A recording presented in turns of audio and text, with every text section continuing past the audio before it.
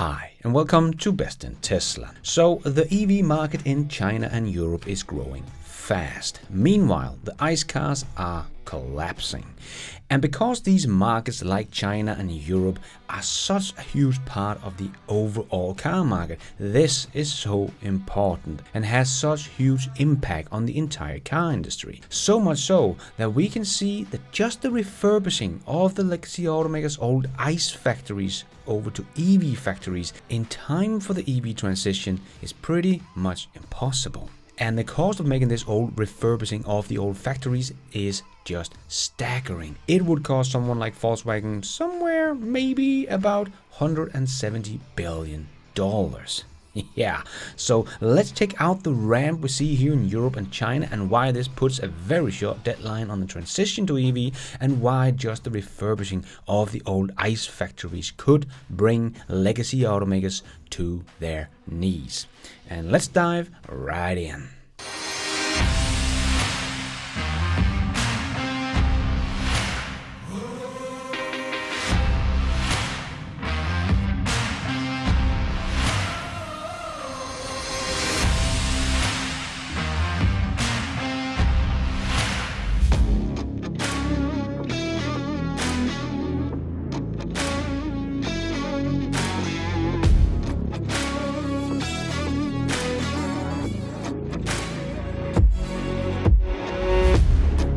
So the world's biggest car market, China, is accelerating the switch to plug-in vehicles. And when I say the biggest market, it is by far the biggest market. It is leading by a huge margins, as you can see here. And the US, the second biggest car market, where Tesla so far this year in the first 5 months owns 61% of the electric car market. And the number 2 was Ford with 9%. Yeah, no competition in the US whatsoever, but Tesla is rising so fast and pushing the old guys to ramp up, so the US might be lagging behind China and Europe right now, but I think we will see the start of the rocket taking off over there as well in the next couple of years. But the third biggest market is the EU, or if we take all of Europe, where we also include the UK, last year Europe actually sold more cars than the US, but no matter what, Europe is also a big market that is speeding up with the adoption of the EV. And that is why these three markets are so important, because just those three markets represent about 80% of the entire car market. And China and Europe, that is pushing insanely hard for the EV adoptions, stand for about 60% of the car market. So what happens here is very important for the entire car market and its automakers. And we continue to see the trend that we've been talking about before for some time now here on this channel. The collapse of the ICE car is happening right now, as well as the rise of the electric car, because the overall European car market is still suffering, down 13% in May year over year and down 34% compared to May 2019. This is a huge drop in the car market, not just a little glitch, but the beginning of a collapse. But it almost looks like the European plug-in vehicle market has also started to be affected. It grew just 3% last month, with approximately 183,000 units in plug-in vehicles. But looking a bit closer, we can see that what we have also talked about before is also continuing, that the plug-in hybrids are also slowing down and will eventually be going away and taken over by the BEVs, because the plug-in hybrids is down 12% year over year. So the hybrid were the ones to blame for sinking plugins into the red numbers. Plug-in hybrid registered its third consecutive month of falling sales in May. At the same time, BEVs continues to grow and grew 20% in May. That's down from the yearly average of 42%, but a whole lot better than everything else around it. The market is collapsing. Meanwhile, BEVs are still rising. In May, plug-in was 90% of the car market in Europe and BEVs was 11%. A huge contributor to the lower sales of the plugins in Europe in May and in Q2 in general is actually the Tesla Shanghai lockdown. Because Tesla is such a big player in these markets, when something big happens to Tesla, like the lockdown, it also has a huge impact to the whole market. If we take Q1 of this year, for example, Tesla grew in Europe about 80% compared to last year. So if we expected Tesla to be able to do the same in Q2, if they had not been locked down, that would have put Tesla's deliveries somewhere about 80,000 units in Q2 in the European market. But according to EU-EVs.com, Tesla has only delivered about 7,000 units in Q2. We of course don't have all the numbers yet from all the countries and so on, and the quarter is not over as well, but we have also seen the ships from Tesla coming for Europe have only been from the Shanghai factory in Q2, and I have only been seeing 6 ships, so that would not be much more than about 20,000 units. And it is of course not for certain that Tesla will be able to deliver all those cars in Q2, but let's just say Tesla will deliver maybe 15,000 from the Shanghai factory made ones.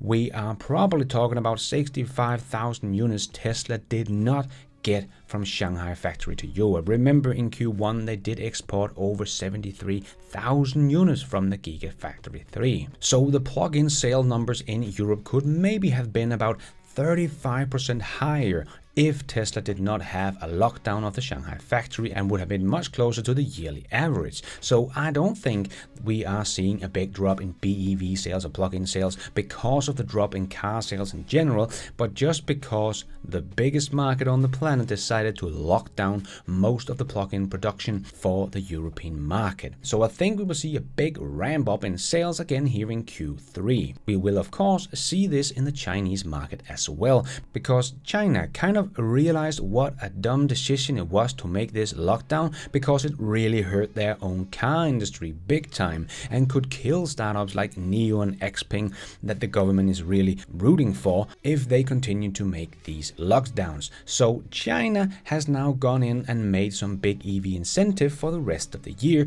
to boost the car industry back up again. So I doubt we will see any more lockdowns like the one we saw in April, because China realized that was destroying their own car industry. So we should see a big jump in EV adoption in China going forward. But even though they had a rough Q2 in China, the plug-in market is still shooting up like a rocket. Plug-in vehicles hit 31% of the car market in May. Just amazing. Fully electric vehicles, BEVs, alone accounted for 23% of the country's auto sales. This pulled the 2022 year-to-date plug-in share to 25% and 20% BEVs. And as I said, I do expect the plug-in market to jump up higher for the rest of the year, so May's 31% will look small in the coming months. So if this is the case, we could see a yearly average of maybe 35% plug-in vehicles in China here in 2022. So as I have been saying many times before, it does look like China will deliver more plug-in vehicles in 2022 than what was delivered for the entire world last year. And again, this is so important because China is such a big part of the entire car market. And at the same time, we know that the third largest, or maybe the second largest market in the world, Europe, has so far grown 42% year to year. And that should also only grow much, much faster for the rest of the year. So this year, people will once again be very surprised by just how big the plug-in market will be this year and how fast it is growing. I think we will see somewhere between 14 to 17 million plug-in vehicles sold here in 2022. So we will surely see more than doubling this year, again, just as we saw last year when the plug-in market grew 108%. So we don't need this to continue much longer for this to be all over. If we say about 15 million plug-ins sold in 2022 and then just doubling that 2 times in 2023 and 2024, well, we are already about 90% of the entire car market being plug-ins. Not saying this will happen that fast, just trying to say it will happen fast, and I do think in China it will happen this fast. fast. Maybe 2025 we will see a plug-in vehicle market share about 90%, because the whole country is aggressively pushing the industry in that direction. Also because China sees a big incentive for them, as this is their chance for the first time in history to become a big player in the car industry, and they do not want to miss this opportunity. And we will probably see markets like Europe be there at the 90% market share just a couple of years later. This is just to show this will happen very, very fast, as 60% of the entire car market with China and Europe will be like 90% plug-in in maybe 5 years. So for any legacy automakers to think they have beyond 2030 is really just wishful thinking, in my opinion.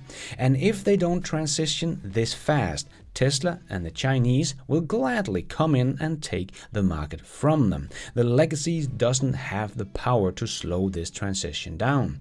But even though I always say, legacy, you need to move faster, I don't really believe they will be able to do it as fast as I want them to.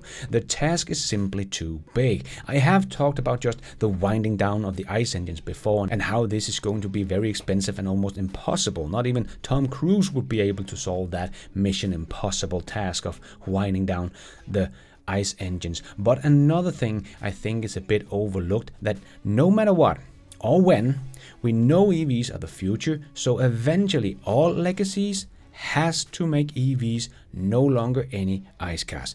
They all know this. They have all said this, except maybe Toyota, that is still not sure that EVs are the future, but everyone else has. But they don't all agree on when. But still, that means they have to turn all their ICE factories into EV factories eventually. And like many of the short sellers said 5 years ago, that was an easy peasy task for the legacy automakers to do. But as Volkswagen has shown us, this could not be further from the truth. And even Ford also built a whole new factory to build their F-150 Lightning. So even though many will still say that some of the old boys' assets are also their many factories, I would say they are not an asset but a very expensive problem that they will not be able to fix in time. Let me explain why, and let's use Volkswagen for example, because they have already done this and we have all the numbers from their Zwickau factory, their first refurbished factory to become a 100% EV factory. So firstly, just the refurbishing of the Zwickau factory took over 26 months, so over 2 years, and cost about $1.3 billion. And even though this has become Volkswagen's state-of-the-art production facility, as they said themselves, they are not able to keep up with Tesla when it comes to production. Volkswagen started production in the factory in 2019 with the ID.3, but even 2 years later they are only able to produce 180,000 units in all of 2021, the second full year of operation, and they hope to exceed that in 2022, but the factory should top out at 330,000 EVs annually. And this is a 116-year-old factory, so hard to talk about what it cost Volkswagen to build the factory in the first place, because it has changed so many times over the last 100 years of operation. But the point I'm trying to get to here is that this factory counts as an asset for Volkswagen, right? But I would not call the old ICE factory an asset, but more a problem. As we can see here with the Zwickau, Volkswagen had to spend $1.3 billion on turning it into an EV factory. To me, that is not an asset, that is an expense. And Volkswagen has over 136 factories. To update these factories to produce EVs, which they eventually will have to, will cost Volkswagen somewhere in the amount of $170 billion. If we just say they will cost the same as a Zwickau factory, about $1.3 billion each. But all these factories are supposed to be an asset.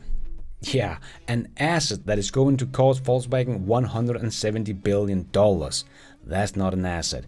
You can add that asset to their coming debt instead, as well as all the other so-called assets surrounding their ICE business. But Tesla just spent $1.1 billion on building the Texas factory, which dwarfs the little Zwickau factory in every aspect. And they built that whole factory in just 18 months. And if you look at production, we can take the Tesla Shanghai factory, because we have seen the ramp up there, and it produced about 473,000 units in its second year of operation, compared to Volkswagen's 180,000 in the Zwickau factory. And Volkswagen actually thought they would be at 300,000 units in 2021. So yeah, ramping up EVs are not easy for the old boys. So in my opinion, I don't see how Volkswagen has the money to do this without their debt just piling up even further, far outpacing the amount of asset Volkswagen has, because all the old ICE assets are going to be worthless pretty soon, and Volkswagen has to spend almost as much on refurbishing the old factories as it cost Tesla to build up a whole new factory from the ground up that is maybe 4 times more productive, and that also produces its own batteries. And I also don't think it will be possible to do this in time. We can always discuss when the switch to EVs will be like 80% of the market, and all the last remaining ICE business will be losing money for the automakers at that point. But my guess is it will be somewhere in the time frame of 2027, 2028. As we just saw, the ramp in China and Europe is really speeding up and taking up bigger and bigger pieces of the market share fast. Even if we say it will be 2030 when we will be over 80% of the car sales being EVs, that only leaves someone like Volkswagen about 8 years to get to this, right? Or Tesla and the Chinese will eat up the rest of the sales.